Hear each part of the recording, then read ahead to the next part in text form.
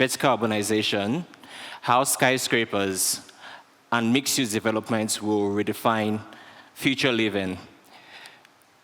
So urbanization, what is urbanization? Urbanization refers to a social process where cities become densely populated. And in the picture I'm sharing here, you can see that's New York City, and you can see how, because of the number of people in the city, you can see the number of buildings that have evolved over time due to dense population. And then vertical urbanization. What is vertical urbanization? It refers to when you build upwards rather than outward, and you eventually would conserve space. What I'm going to be driving at today mostly is space. And space basically exists, either to be created or to be occupied. Now, a skyscraper is a building that is 40 stories and above. In Lagos, we don't have too many skyscrapers. Most of the high-rise buildings we have in Lagos refer to mid-rise buildings, actually. They range between 10 to 20 stories. Here in this picture is a building also in New York. You can see it's literally touching the sky. That's a skyscraper. And then a mixed-use development. A mixed-use development refers to a building that has multiple uses within the same building. And in some cases, you see where you have a residential and a commercial fused into one building. The example I have here is the Burj Khalifa. That's the world's tallest building, stands over 500 meters high. The base of the building has a shopping complex, a mall, but the tower itself has residential apartments, it has hotels, and it has an observatory deck at the topmost floor. So that's a good example of a mixed-use development. Since we're speaking about the future, I don't think we can really address the future without looking into the past. The building I have in this image is the first-story building in Nigeria, sometime in 1800. So you can see that that's where we were then, and this is about where we are now. This is the tallest residential building in Ikoyi. And between then and now, we've had a lot of other buildings that have shown the progress and the development across Lagos as a city. You had the tallest building in Lagos, which is the Nitel building in Onikan. We've had a few other tall buildings on the mainland, the Etebes Place and the likes. So there's been a long story between the past and the present.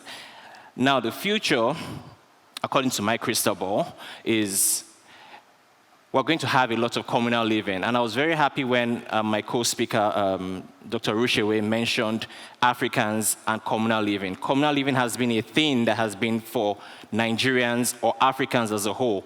We've come a long way and built our system around either leaning off each other or having to be around each other. So the future of living would see a lot of communal living.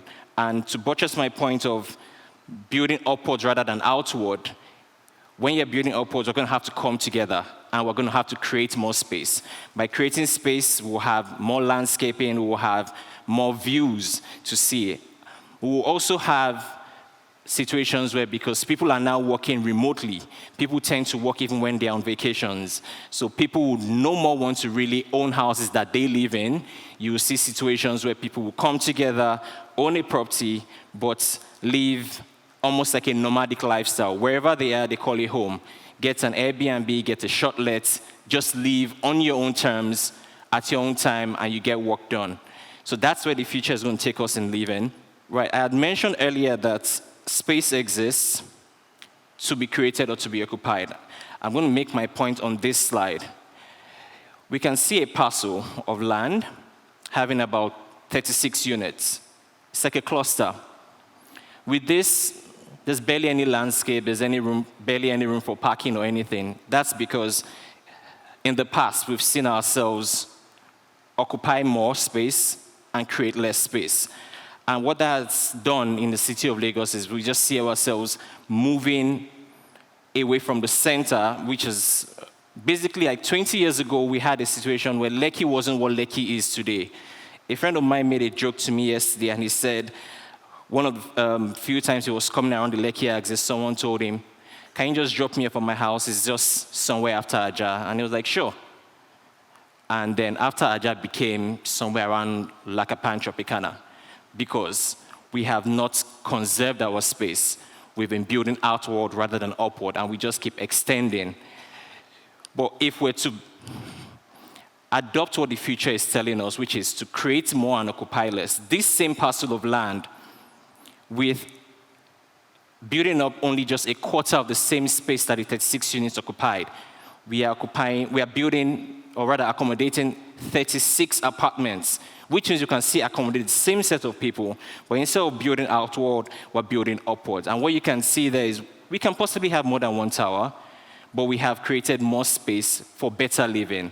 And the advantages of this definitely outweigh the cost of this, because you can go from a place of, with the number of floors, you know that the higher you go, the cooler it becomes. You will definitely reduce your cost of electricity, trying to cool down your building, ACs and all of that. With this, the infrastructure we need for this is even going to be reduced, because you can now concentrate your infrastructure to know that you're catering to a higher number of people in this space. You have landscaping, you have views, you can live a better life rather than feeling like you live in a concrete jungle. The future would see us need to occupy less and create more space, because we need to start looking that way, because land itself is actually a limited resource. We cannot use up the whole earth in the bid to create space for ourselves and just keep occupying. We need to occupy less and create more. Thank you once again for coming to my TED Talk.